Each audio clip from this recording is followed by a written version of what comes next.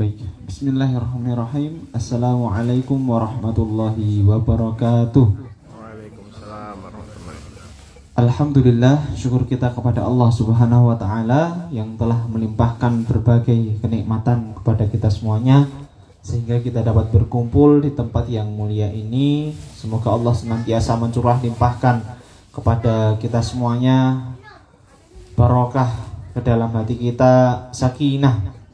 Semoga Allah senantiasa mengumpulkan kita semuanya dengan orang-orang yang soleh.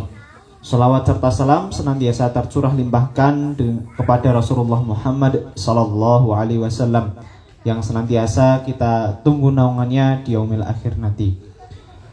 Bapak Ibu yang kami hormati, perkenankanlah kami di sini mengemban amanah sebagai pembawa acara parenting Pondok Pesantren Tahfidzul Quran Baitul Quran Aitama. Pada hari ini tanggal 19 April Sabtu 19 April 2025 kami akan membacakan runtutan acara pada siang hari ini. Yang pertama pembukaan, yang kedua sambutan pembukaan, kemudian pembacaan ayat suci Al-Quran, yang ketiga sambutan ketua yayasan, kemudian materi inti, setelah itu lain-lain, yang terakhir penutup.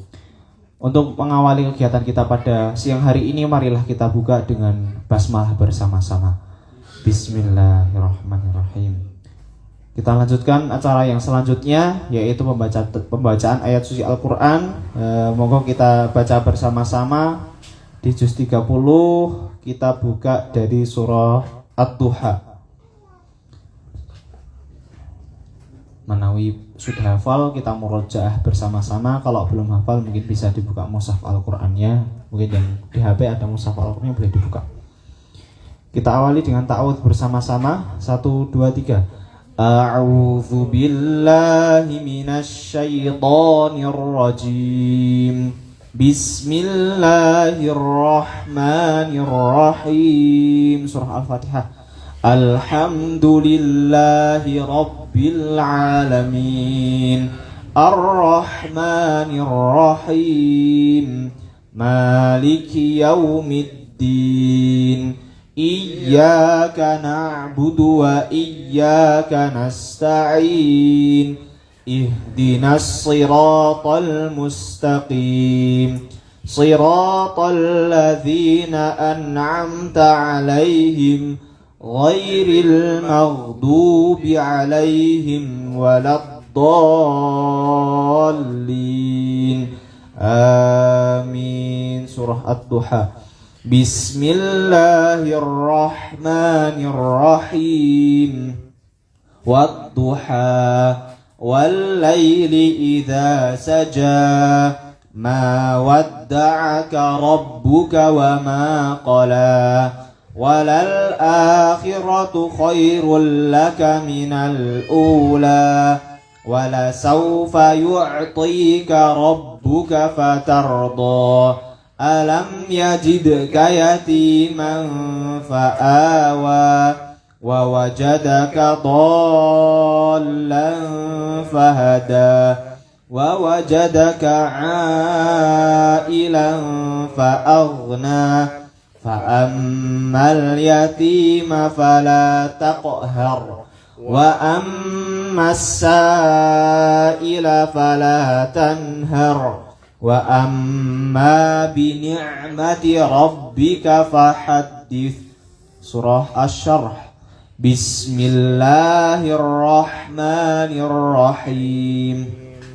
Alam nashrah laka sadrak. Wa wada'na 'anka wizrak alladhi anqadha dhahrak. Wa rafa'na laka dhikrak. Fa inna ma'al usri yusra.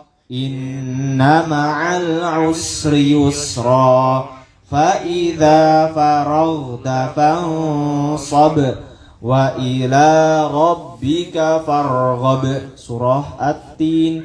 Bismillahirrahmanirrahim.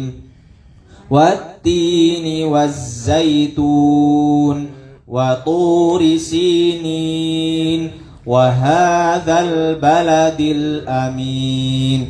Laqad khalaqnal insana fi ahsani taqwim thumma radadnahu asfala safilin illa alladhina amanu wa amilus salihati falahum ajrun ghairu mamnun. Fama yukadzibuka ba'du biddin alaysallahu biahkamil hakimin. Allahumma arhamna bil Quran. Semoga bacaan ayat suci Al-Quran kita pada siang hari ini menambahkan keberkahan dalam acara kita pada hari ini.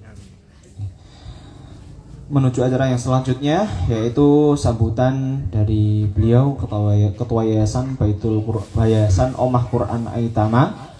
Kepada beliau Ustadz Satria Abu Ghaza, waktu dan tempat kami persilahkan.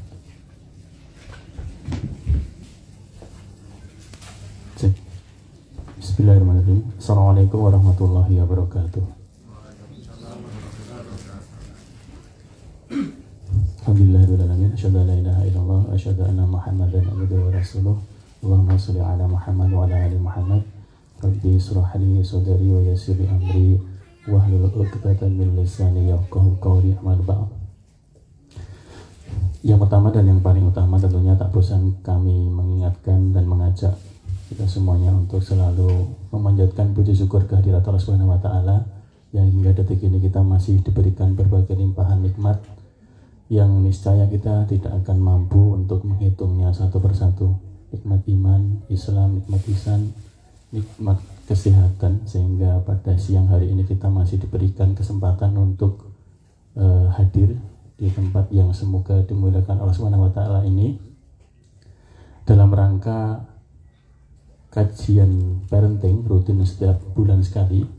Dan karena masih suasana sawalan, ngeras pantas sekali halal lebih halal nanti. Yang kedua, salam serta salawat selalu kita aturkan kepada junjungan kita Rasulullah Muhammad SAW. Semoga kita kelak dikumpulkan bersama beliau di surga Firdaus A'la. Bapak Ibu, wali santri, anak-anak kami yang kami banggakan, dan para asatidzah pengelola Baitul Quran Aitama, Ustadz Mahrizal Arbi selaku mudir Baitul Quran Aitama, dan para asatidzah yang lain yang Ustadz Furqon, Ustadz Yusuf, Ustadz Purwo, dan alhamdulillah kita diberikan kemudahan kembali untuk dihadirkan keluarga baru beliau Ustadz Diyar beserta Ustadzah Ratna yang akan membersamai anak-anak atau santri untuk terutama menyempurnakan kurikulum di Baitul Quran Aitama. Yang pertama, kami selaku pribadi dan mewakili yayasan serta para asatidzah semuanya mengucapkan taqabbalallahu minna wa minkum kepada panjenengan semuanya, para wali santri. Apabila selama kita berinteraksi ada lisan maupun tindakan kami yang sekiranya kurang berkenan atau menyakiti hati panjenengan semuanya, mohon dimaafkan dan diikhlaskan. Pun demikian, apabila dari panjenengan semuanya ada kesalahan yang mungkin tidak disengaja, kami maafkan sebelum panjenengan semuanya minta maaf ya. Insya Allah karena masih suasana sawalan nanti, meskipun mungkin agak terlambat karena menyesuaikan kembalinya santri ke pondok.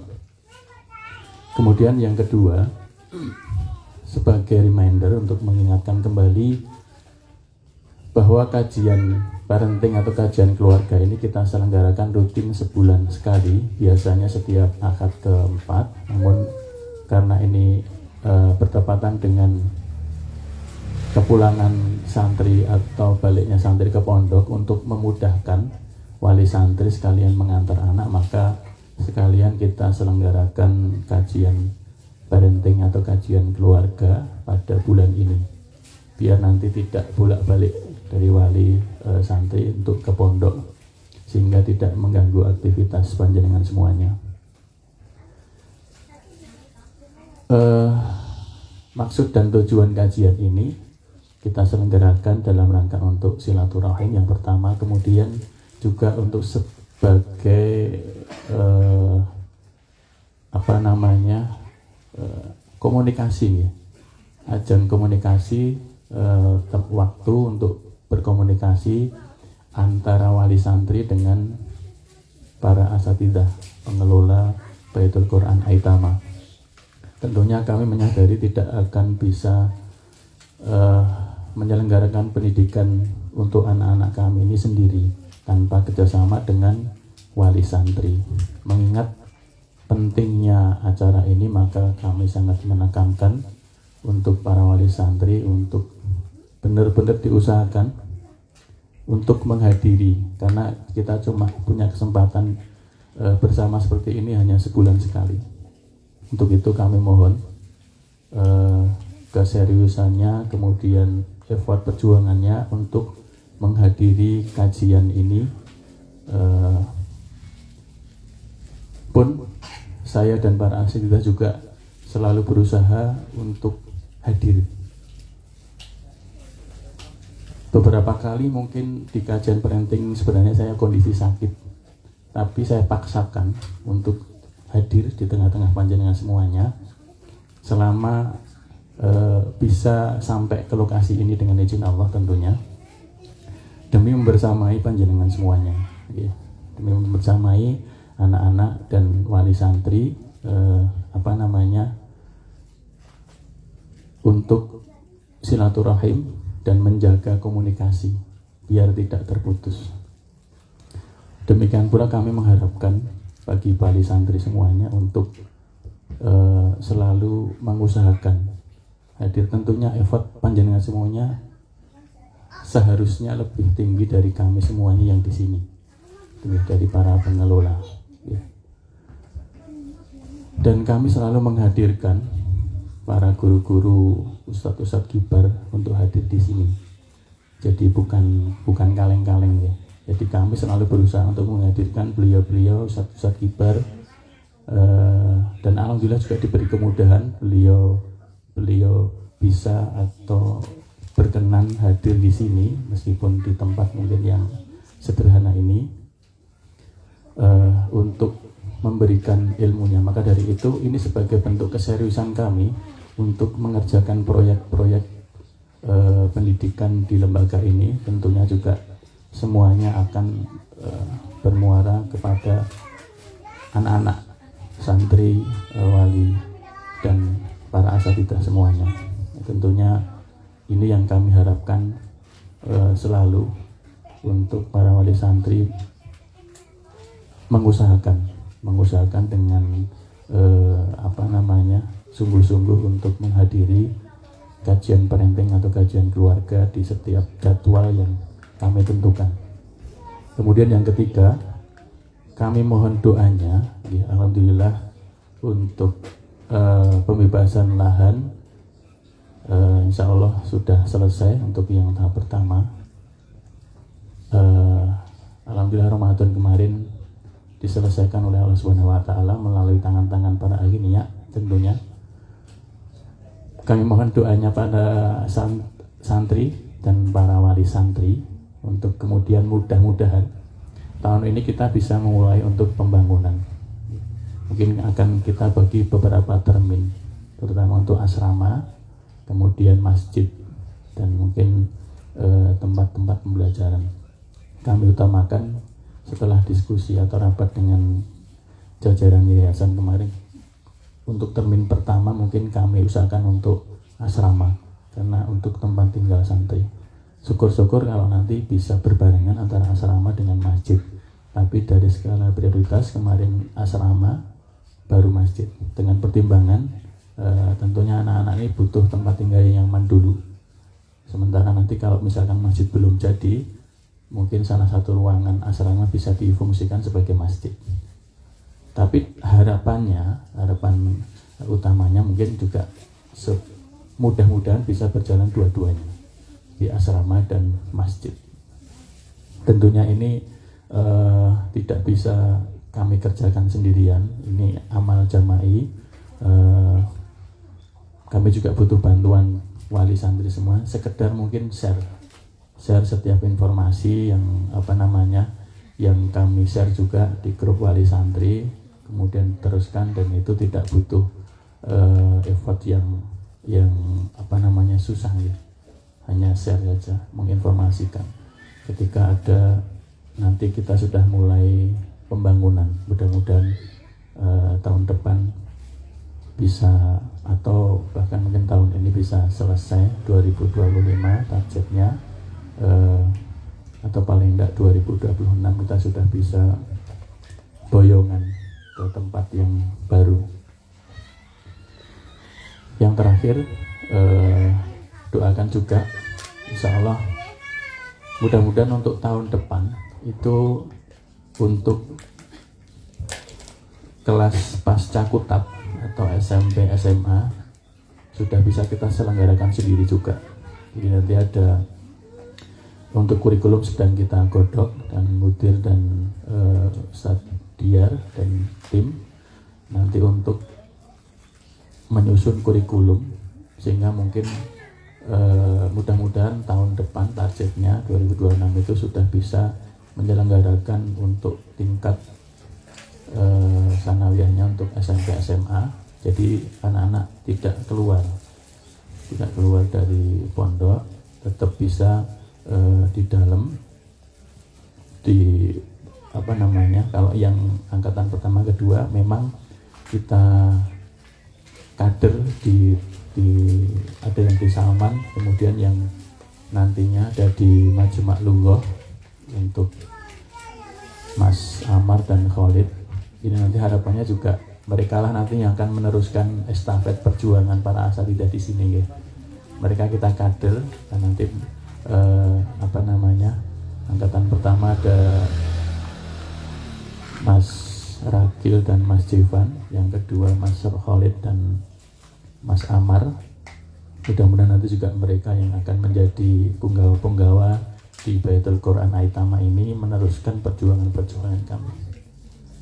Demikian, Assalamualaikum warahmatullahi wabarakatuh.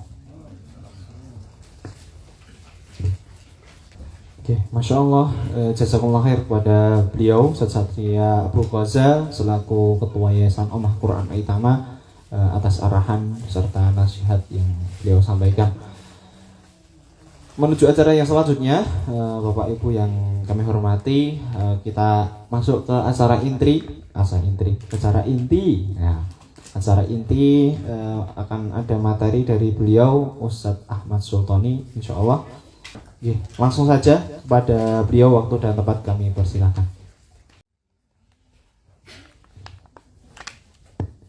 Assalamualaikum warahmatullahi wabarakatuh. Waalaikumsalam warahmatullahi wabarakatuh. Innal hamdalillah nahmaduhu wa nasta'inuhu wa nastaghfiruh wa na'udzu billahi min shururi anfusina wa min sayyiati a'malina. May yahdihillahu fala mudilla lahu wa man yudlil fala hadiya lahu. Asyhadu an la ilaha illallah wahdahu la syarika lahu wa asyhadu anna Muhammadan abduhu wa rasuluh. La nabiyya wa la rasula ba'dah. Alhamdulillah rabbil alamin. Segala puji bagi Allah Subhanahu wa taala yang telah memberikan kita kesempatan untuk saling berjumpa, bersapa, silaturahmi di tempat yang mulia ini, termasuk dari rumah yang spesial, karena sebaik-baik rumah adalah rumah yang di dalamnya ada yatim yang diikramkan. Itu termasuk sebaik-baik rumah, sebagaimana Rasulullah SAW sampaikan. Dan kita bertemu di dalam tempat yang mulia ini dalam keadaan sehat walafiat. Salam kita aturkan kepada Nabi kita Muhammad SAW, keluarganya, sahabatnya, dan juga seluruh umatnya hingga akhir zaman nanti. Bapak-bapak, ibu-ibu, adik-adik semua yang dirahmati oleh Allah Subhanahu wa Ta'ala. Kita semua dalam hidup ini tentunya selalu mengharapkan untuk sampai ke surga. Itu yang perlu kita selalu dengungkan dalam diri kita. Kenapa? Karena memang mengenal surga itu menjadi hal yang utama bagi kita semua. Rasulullah SAW selama 10 tahun di Mekah Al-Mukarramah itu, selama 13 tahun ya di Mekah Al-Mukarramah, 10 tahun pertama itu belum ada pembahasan tentang rukun Islam. Sholat wajib kita 5 waktu itu baru mulai diwajibkan tatkala Isra Mi'raj, dan itu kapan? Di tahun ke-10 kenabian. Puasa Ramadan kita itu baru diwajibkan di tahun kedua Hijriyah, berarti 15 tahun setelah Rasulullah SAW dipilih untuk jadi Nabi. 15 tahun berikutnya baru ada puasa. Jadi orang-orang masuk Islam di awal itu ya nggak ada puasanya, nggak ada puasa Ramadannya, ya tetap makan-mangan itu makan-mangan itu tapi yang dimakan nggak ada. silakan makan, tapi yang dimakan nggak ada.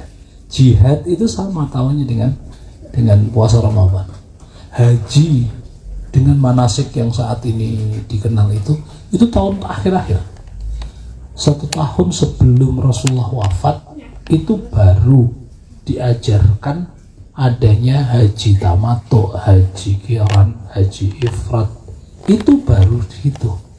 Nah, terus pertanyaannya, selama di Mekah itu ngapain? Selama di Mekah itu materinya nopo? Gitu kan? Materinya apa? Ternyata termasuk dari materi besar yang Rasulullah SAW ajarkan itu adalah materi tentang surga, di antaranya tentang akhirat, mengenalkan akhirat. Jadi ada materi-materi pokok itu. Sebenarnya itu adalah 10 tahun awal di Mekah itu. Yang pertama adalah tentang mengenal Allah. Jadi sahabat itu dikenalkan tentang Allah Subhanahu wa Ta'ala. Bukan orang musyrik itu kenal Allah. Mereka tahu Ka'bah itu adalah rumah Allah. Mereka kalau ditanya siapa yang menciptakan langit bumi, mereka semua jawabnya Allah.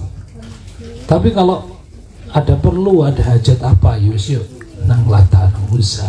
Kalau ada perlu ini, datangnya ke tempat-tempat yang angker, yang ada hal-hal yang semacam itulah. Buat makanan, sesajen, itu yang dilakukan oleh orang-orang Quraisy. Jadi yang materi pertama adalah mengenalkan kembali tentang Allah Subhanahu wa Ta'ala. Dan itulah diantaranya yang perlu pula kita ajarkan kepada anak-anak kita. Bukan masalah definisi ini, bukan. Tetapi pembahasannya terkait dengan siapa yang menciptakan kita? Siapa ini? Itu ngobrolan di antara itu. Kita melihat langit cakep lewat ini. Ini semua adalah ciptaan Allah. Mengingat itu, kita harus bersyukur, alhamdulillah, dalam keadaan kita yang dengan serba-serbinya kita, ternyata kita masih diberikan kesehatan. Ternyata dengan serba-serbi kita, keadaannya kayak apapun itu, kita lihat masih ada orang-orang yang melasnya lebih parah dari kita. Ada orang yang mungkin secara ekonomi jauh lebih tinggi daripada kita, tapi Allah belum diberikan hidayah kepada mereka. Itu diantaranya hal-hal yang perlu kita kenalkan, bahwa Allah lah tempat bergantung kita. Allah lah yang layak dan sudah semestinya hanya Beliau, hanya Allah Subhanahu wa Ta'ala yang kita sembah, yang kita minta apapun yang kita perlukan. Kita mau sambat apapun, mau ngeluh kayak apapun, ya kepada Allah Subhanahu wa Ta'ala. Itu materi pertama. Materi yang kedua adalah tentang kenabian atau risalah. Yaitu apa? Nabi kan dikenal di tengah-tengah orang Arab ya sebagai sosok manusia. 40 tahun berada di tengah-tengah orang Quraisy. Kok tiba-tiba datang, kemudian baru kemarin jadi temen, kok tiba-tiba sekarang ngaku-ngaku tiba-tiba aku jadi nabi. Loh, gue sopo? Nah, ini kan perlu proses. Tidak semua orang mudah untuk menerima. Kok kamu? Kenapa bukan aku? Kenapa Abu Jahal? Kenapa teman-temannya gitu kan? Walid ibn Mughirah dan kroni-kroninya, kenapa kok marah sama Nabi? Padahal kalau ditanya, apakah dia orang yang berdusta? Enggak. Semua orang-orang Quraisy mengatakan bahwa Muhammad ibn Abdullah yang mengaku Nabi itu orang yang jujur. Semua sepakat. Apakah dia pernah mengingkari janji? Enggak pernah. Dia orang yang amanah, al-amin. Apakah engkau percaya kalau dia ngomong? Kau percaya. Terus kenapa enggak mau? Sebagian mengatakan karena dia mengaku Nabi. Itu yang kami tidak bisa salib apapun. Kalau dia keren di tengah-tengah orang Quraisy karena reputasi jujurnya, kami masih bisa unggul dengan reputasi kedermawanan lah, dengan reputasi keberanian, dengan reputasi lebih banyak teman. Itu masih unggul unda-undi dengan Abu Jahal, dengan yang lainnya. Tapi kalau sudah kenabian, ini cuma satu. Artinya apa? Hasad gak muncul. Nabi perlu proses untuk meyakinkan kepada orang-orang bahwa memang Allah lah yang memilihnya untuk menjadi seorang nabi. Nabi itu terus ngapain? Ada risalah, harus percaya bahwa Allah itulah Tuhan dan Allah lah yang menurunkan wahyu kepadanya. Maka di akhir surat Al-Kahfi kita membaca qul uhiya ilayya qul innama ana basyarum mithlukum yuha ilayya. Katakan wahai Nabi, sesungguhnya aku adalah seorang manusia seperti kalian, cuman Allah memberikan wahyu kepadaku. Akhirnya kalau sudah mulai kenal, kita dapatkan sahabat itu yang sudah masuk Islam benar-benar meninggikan kalimat la ilaha illallah, itu yang pertama. Yang kedua, cinta banget sama Nabi. Gitu. Cinta banget sama Nabi. Abu Bakar As-Siddiq setelah masuk Islam tiba-tiba datang ke depan Ka'bah, kemudian menyerukan kalimat tauhid, membaca beberapa ayat Al-Quran, digebukin habis-habisan sama orang Quraisy. Sampai-sampai diceritakan antara mata sama samping-sampingnya itu nggak kelihatan mana yang mata mana yang enggak, karena saking parahnya pukulan-pukulan yang diterima oleh Abu Bakar As-Siddiq. Udah sampai hampir-hampir mati gitu. Ketika dibopong sama keluarganya, dibawa pulang, kemudian dinasihati, sudahlah, engkau kalau mau beriman kepada Muhammad yus kono, tapi nggak usah kayak gini, engkau mau mati. Ketika sadar dari pingsannya, apa yang ditanyakan? Bagaimana keadaan Nabi? Apakah beliau juga disiksa? Apakah beliau aman? Selalu yang ditanyakan itu. Semuanya nggak rela kalau Nabi kenapa gitu. Semuanya mencintai Nabi. Segala hal tentang Nabi menjadi spesial. Itu wujud dari cinta atau pelajaran yang kedua tentang ar-risalah. Jadi pelajaran-pelajaran ini yang kadang-kadang lupa. Kita kalau masuk ini, ayo sholatmu piye, puasamu piye. Oh, tadi dia sholatnya udah 5 waktu nggak pernah ditinggalkan, puasanya sudah aman.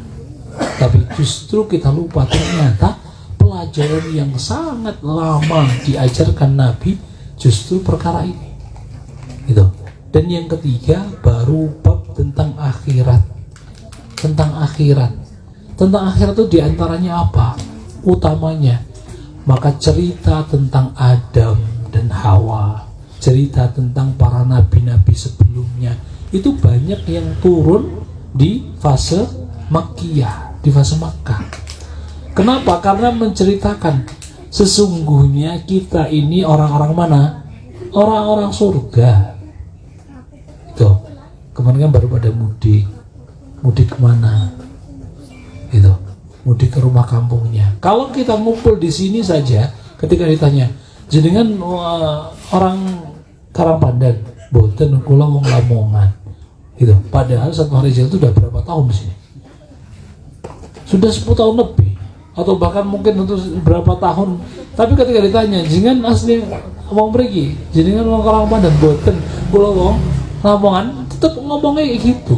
Kita bertemu, misalkan ada orang ketemu di Saudi, ketemu di Mekah pas umrah, orang ini wong Jawa kayak ini gitu.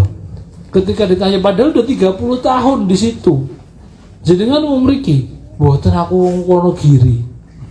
Ngaku nih masih selalu daerah asalnya. Nah, kita lupa kalau ternyata kita ini aslinya orang surga. Adam alaihissalam, maka cerita tentang Adam itu terulang-ulang dalam Al-Quran.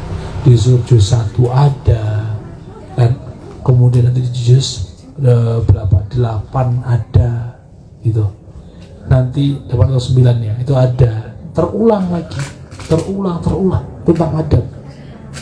Mengingatkan kita bahwa sejatinya kita ini orang surga, akan kembali ke surga. Gitu. Gak usah marah sama Adam ya. Oh, gara-gara Adam makan buah, kalau dia akhirnya kita sampai hidup susahan di dunia. Dan dunia itu susah. Kita nggak usah marah. Gitu. Kenapa? Karena Nabi Musa sudah mewakili kita. Nabi Musa setelah meninggal itu dipertemukan dengan Adam.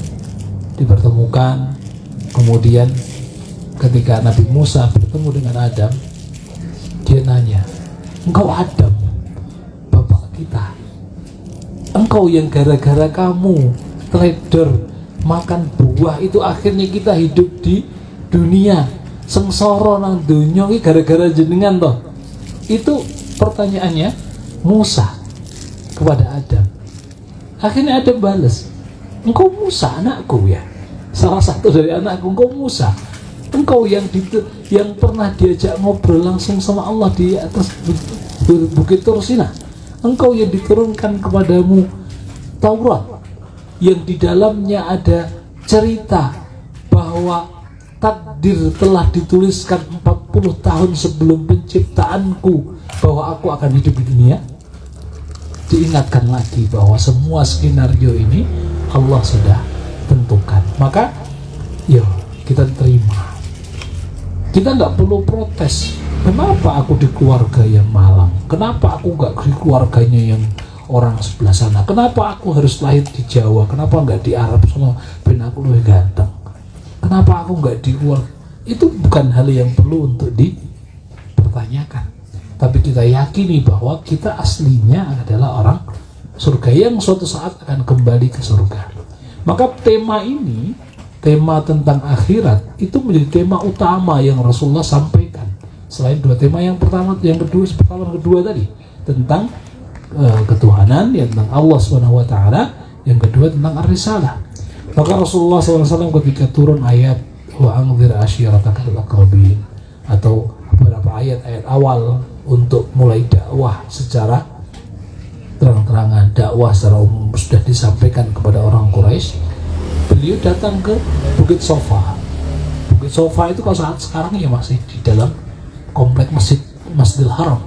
Di atas Bukit Sofa kemudian mengumpulkan orang-orang. Orang pada ngumpul sini, kumpul. Berada di bawahnya kemudian beliau menyampaikan, wahai orang-orang Quraisy, jika aku katakan bahwa di belakang bukit yang sebelah sana itu ada pasukan besar yang akan menyerang kita orang-orang Mekah, kalian mau percaya enggak? Itu Rasulullah ngetes. Andaikan aku membawa kabar yang gede kayak gitu, padahal kalian enggak lihat apapun di belakang bukit itu, kalian percaya enggak kalau aku ngomong kayak gitu? Maka semuanya menjawab, ya kami pasti akan percaya apapun yang akan kau katakan. Ma jarrabna alaika kadziban, kami selama hidupmu tidak pernah satu kali pun mengenang dirimu pernah berdusta. Itu pernyataan orang Quraisy. Maka baru kemudian Rasulullah mengingatkan, wahai Quraisy, sesungguhnya aku mengingatkanmu akan kehidupan setelah kehidupan kita ini. Akhirat disampaikan bahwa kita akan hidup lagi. Bahwa kita akan hidup lagi. Ini tiba-tiba kaget. Yang paling marah justru adalah Abu Lahab. Abu Lahab saat itu posisinya pertama sebagai paman Nabi, ya, paman di sini wallahu alam Pak D atau Pak Le, karena kalau bahasa kita paman itu kan selalu Pak Le, ya, gitu. Tapi paman di sini itu wallahu alam kemungkinan besar itu adalah Pak D, gitu, paman di situ.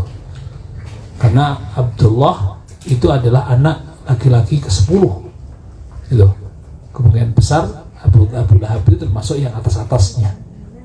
Nah, Abu Lahab itu pertama sebagai paman, kedua Abu Lahab itu adalah besannya Nabi.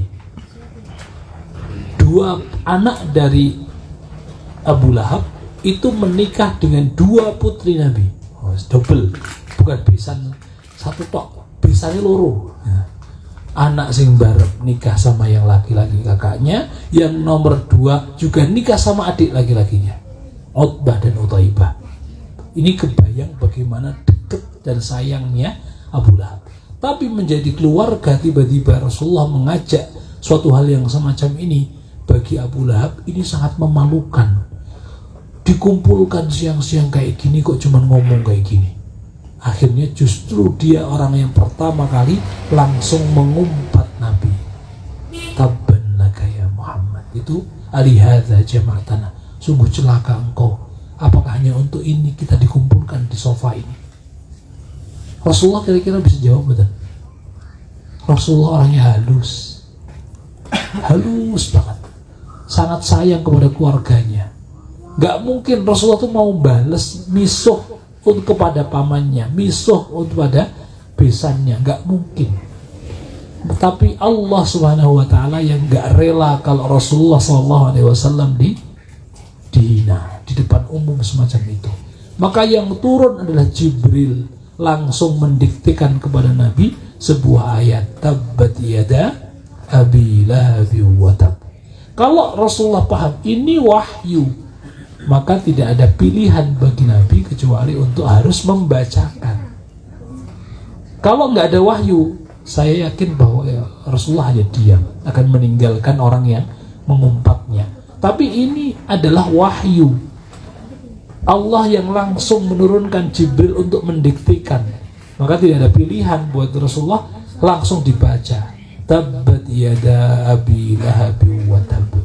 Ma aghna anhu maluhu wa ma kasab. Itu menyakitkan. Kenapa? Dibales pisuane dengan nada yang indah.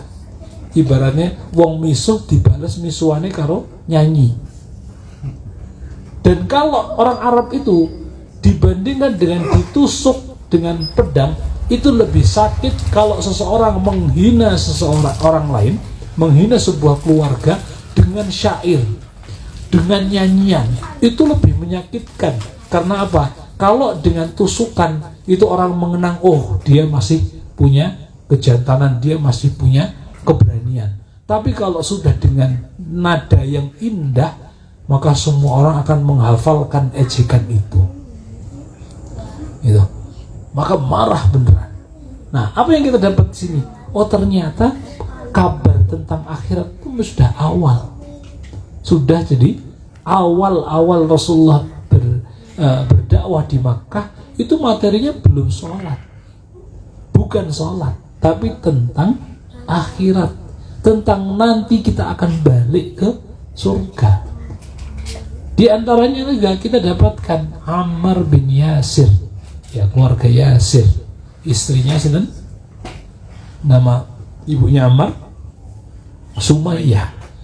Itu keluarga budak yang dimiliki oleh Abu Jahal. Disiksa habis-habisan,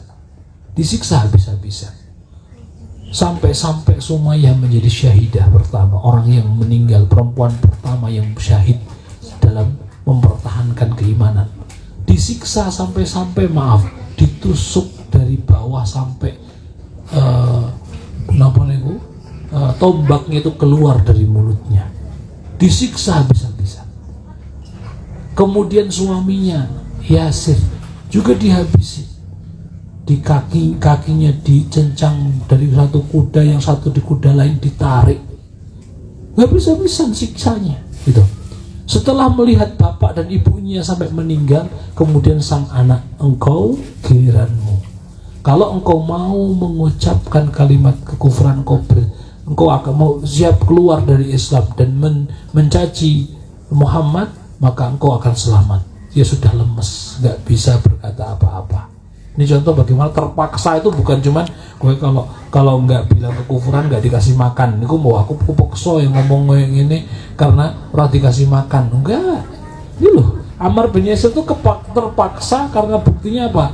Kalau dia nggak ngomong kekafiran, meninggal dan di depan mata dia, bapak dan ibunya sudah meninggal dengan parah seperti itu. Baru kemudian dia ngomong bahwa aku keluar dari Islam. Akhirnya mencaci Rasulullah, akhirnya dibebaskan. Baru setelah itu ngumpet datang ke Nabi, nangis gitu, nangis gitu.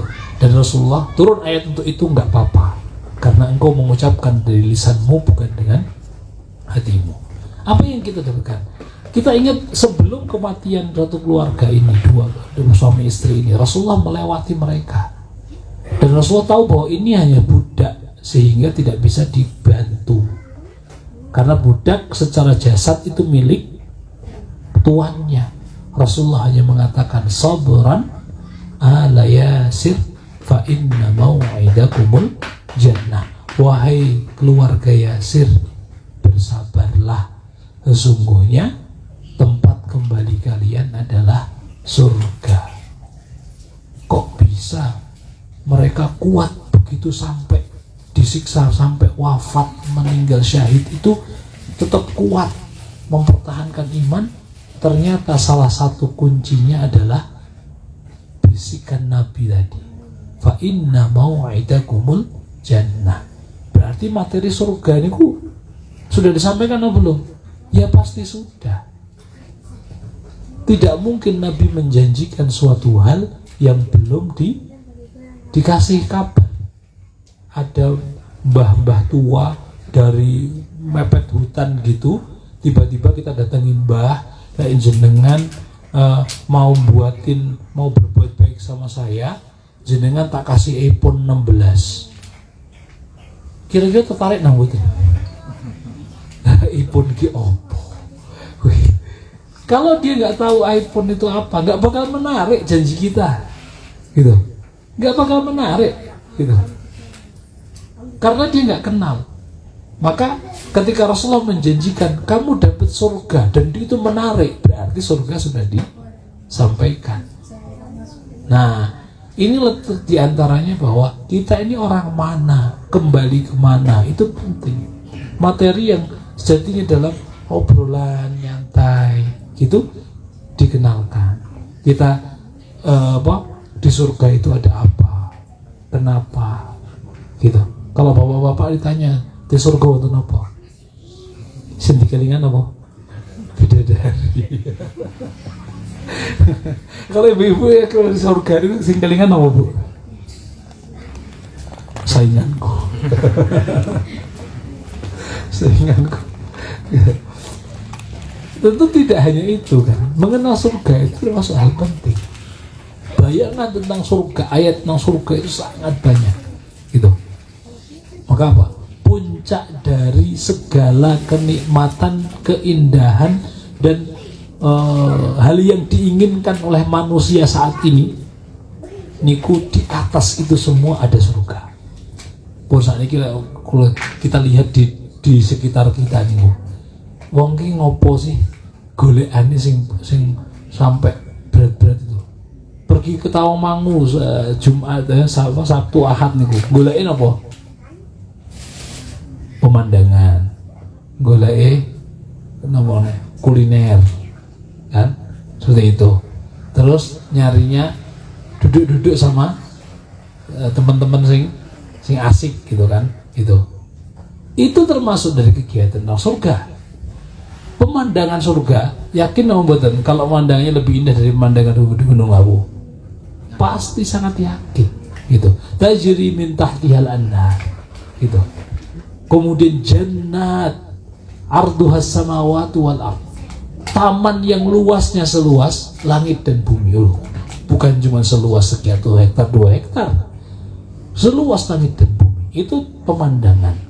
Makanan, Allah ceritakan dalam sekian banyaknya ayat Al-Quran, makanan-makanan yang apapun yang diinginkan diceritakan seperti itu.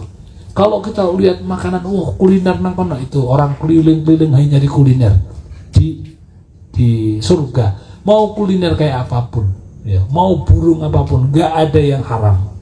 Mau khomer yang di sini larang dan haram, di sana halal. Bahkan saat renang-renang itu pakai khomer boleh. Susu 1 gelas mahal, nang kono ardo besok kayak apapun sampai buat renang susu aja bisa. Madu mahal, madu itu di sana lebih enak madunya. Mau buat renang gitu, mau nyelam pakai madu ada pula, semuanya ada. Itu makanan. Ngumpul-ngumpul, berapa banyak ayat Al-Quran menceritakan ngumpulnya orang, ngumpul, obrolannya paling asik. Coba kita teringat misal ada orang yang naik bis bebarengan piknik ngoten ke arah Jakarta, berhenti di rest area Semarang. Tiba-tiba keluar seorang ibu-ibu, keluar dari bis ke kamar mandi, HP, tas semuanya ditinggal di mobil, di bis. Keluar dari kamar mandi karena terlalu lama, bisnya wis mangkat. Tidak ada yang nyadar kalau ternyata ibu ini ketinggal. Nangis dok, gitu. Arep ngubungin sopo ora ana nomor sing apal. HP ku nang kono juga, wis nangis. Mulut arep minta tolong ke siapa ra mudeng, gitu. Arep golek petugas ora ketemu. Nangis niku. Melas banget. Tahu-tahu wis ana sing mau bantu melihat TV di pojokan, ada warung. Berita 2 jam setelah itu berita ada kecelakaan di tol Cipali. Lah kuwi bising mau toh, sing nggon aku kuwi semuanya meninggal.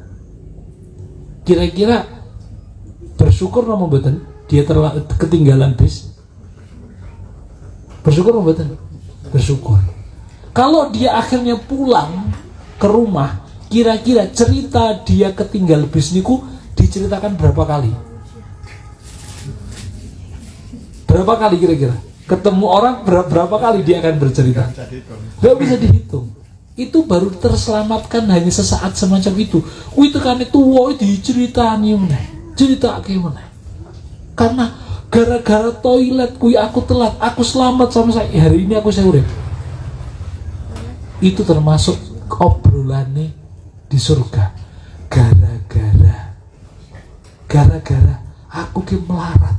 Akhirnya ki aku ora sido ngombe homer kuwi lho.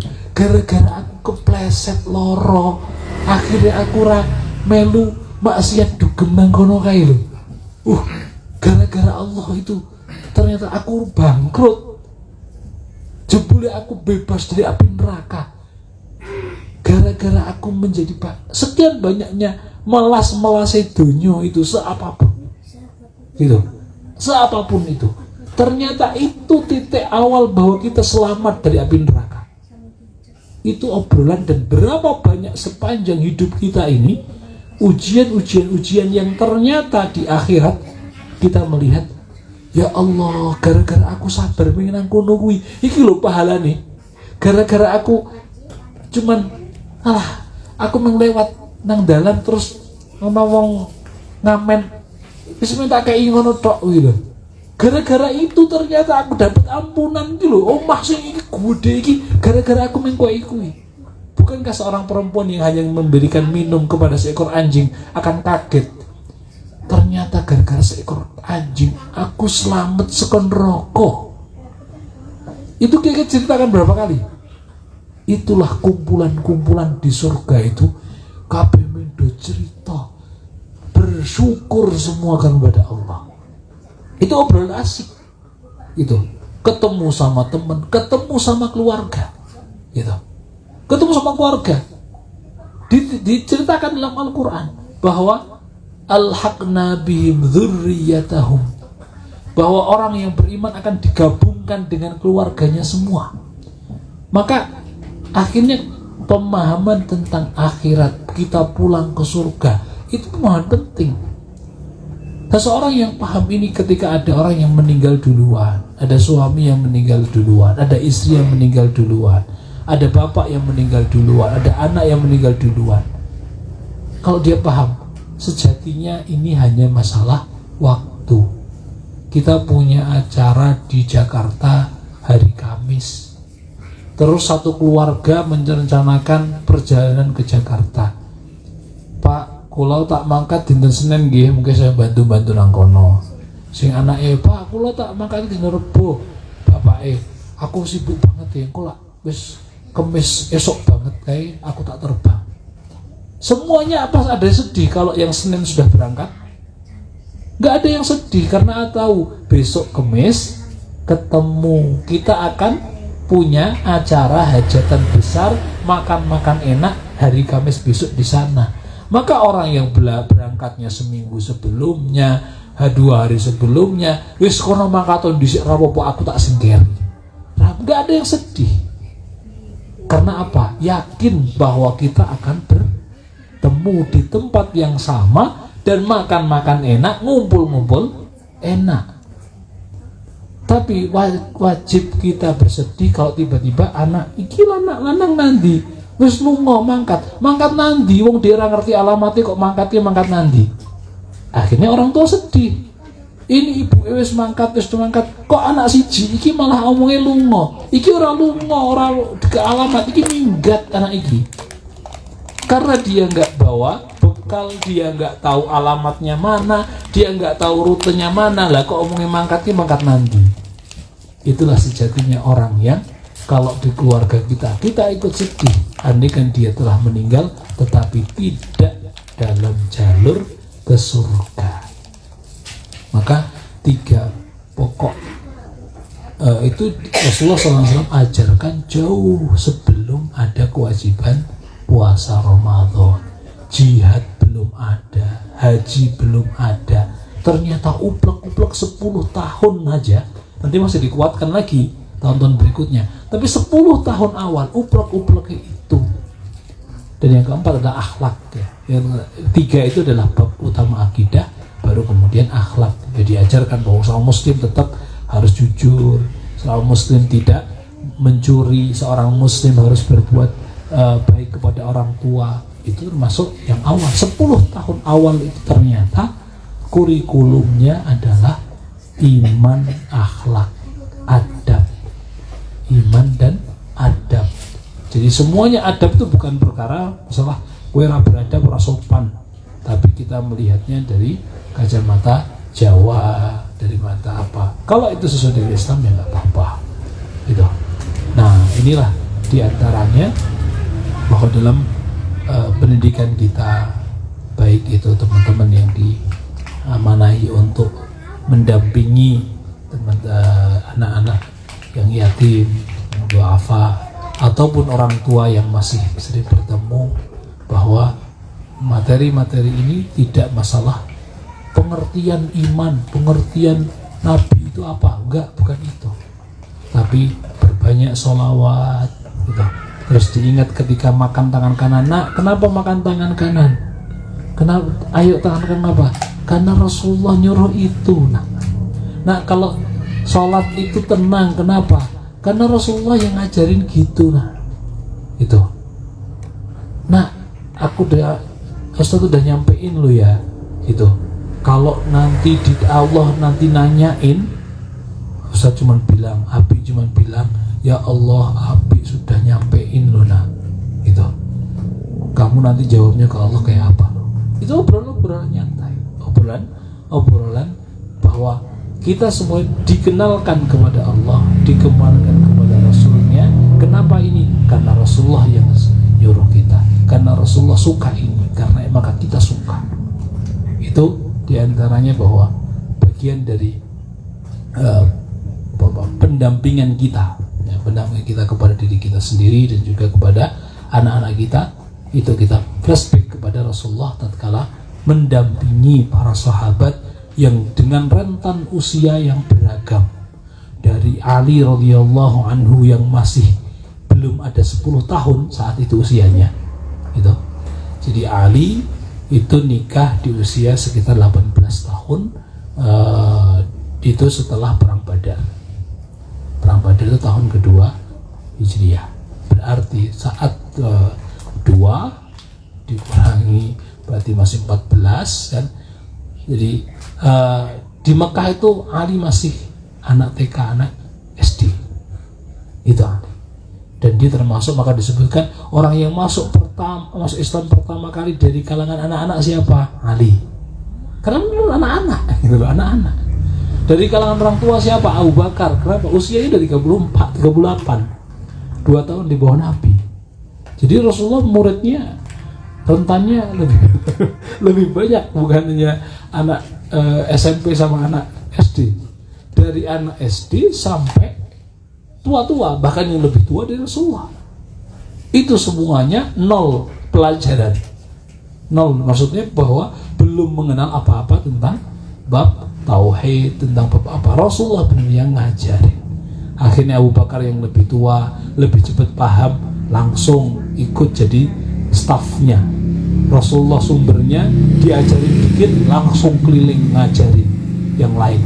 Maka masuk Islam dari tangan Abu Bakar As-Siddiq itu berapa? Sekitar 6 atau 7 orang dari 10 al-Ashraf Mubasysyirun bil Jannah itu masuk Islamnya di tangan Abu Bakar. Ada Abdurrahman bin Auf, ada Uthman bin Affan, ada Talhah bin Ubaidillah, ada Zubair bin Awam. Itu masuk Islamnya di tangan Abu Bakar As-Siddiq. Kan dia mau lebih senior sehingga cepat nangkepnya, langsung jadi asisten Nabi sambil dia belajar. Dan yang lainnya itu kita pahami demikian, bahwa mendampingi anak-anak kita, keluarga kita, diantaranya adalah bab sebagaimana Rasulullah SAW ajarkan tatkala di masa Makkiyah. Barulah setelah itu ada fikih yang memang ustadznya harus paham fikihnya. Ada tentang fikih saum, ada fikih tentang sampai bab negara. Itu nanti fase Madaniyah. Setelah 13 tahun Rasulullah di Makkah baru mulai ada itu. Bab riba, bab terakhir, ayat-ayat terakhir turun itu bab tentang riba. Itu akhir-akhir gitu. Maka fi'il muamalahnya berat dia di akhir-akhir. Nah, kita di masa-masa awal mendampingi anak-anak yang memang masih belia, disitulah kita ajarkan keutamaan terkait dengan iman. Ya, yang terakhir tadi kesimpulannya untuk mengenalkan kembali tentang Allah Subhanahu wa taala, mengenalkan kembali tentang risalah atau kenabian dan apa yang Rasulullah bawa di antara Al-Qur'an, mencintai beliau, mencintai apapun yang Rasulullah sampaikan, Al-Qur'an dan hadis, dan kemudian memahami bahwa kita adalah orang-orang surga yang akan kembali ke sana. Jangan sampai kita salah alamat sehingga tidak ada alamat lain kecuali neraka, karena alamatnya cuma 2. Kita harus benar alamatnya sehingga kita benar-benar kembali ke rumah kita di surga. Demikian yang dapat kami sampaikan. Barakallahu fikum. Semoga Allah Subhanahu wa taala memberikan keberkahan kepada kita semuanya untuk selalu mendampingi anak-anak yang Rasulullah spesialkan. Ana wa kafil yatimi kahataini fil jannah wa asyara bis sababah wal wusta. Dan Rasulullah SAW yang malah menyampaikan bahwa termasuk dari tetangga-tetanggaku nanti di surga adalah mereka yang merawat anak-anak yatim. Rasul tidak menyampaikan bahwa berarti itu harus orang lain. Enggak, termasuk orang tuanya sendiri, termasuk ibunya sendiri yang ternyata juga harus mendampingi anak-anak mereka. Itu juga termasuk kafil yatim. Ataupun mungkin ada yang bapak sambung, termasuk yang harapannya demikian gitu. Karena banyak para sahabat yang akhirnya menikahi janda yang beranak, niatnya bukan masalah pengen nikah meneh, pengen nambah bojo, bukan itu niatnya, tapi melihat anak-anaknya yang itu adalah anak-anak di sahabat-sahabatku dulu, akhirnya mereka dirawat. Itu juga banyak di antara para sahabat yang demikian. Maka semoga Allah SWT selalu memberikan taufik kepada kita semuanya dalam urusan kita harian kita dan dalam pendidikan di tempat yang penuh berkah ini. Demikian, mohon maaf jika ada hal yang kurang berkenan. Subhanakallahumma rabbana wa bihamdika asyhadu an la ilaha illa anta astaghfiruka wa atubu ilaik. Assalamualaikum warahmatullahi wabarakatuh.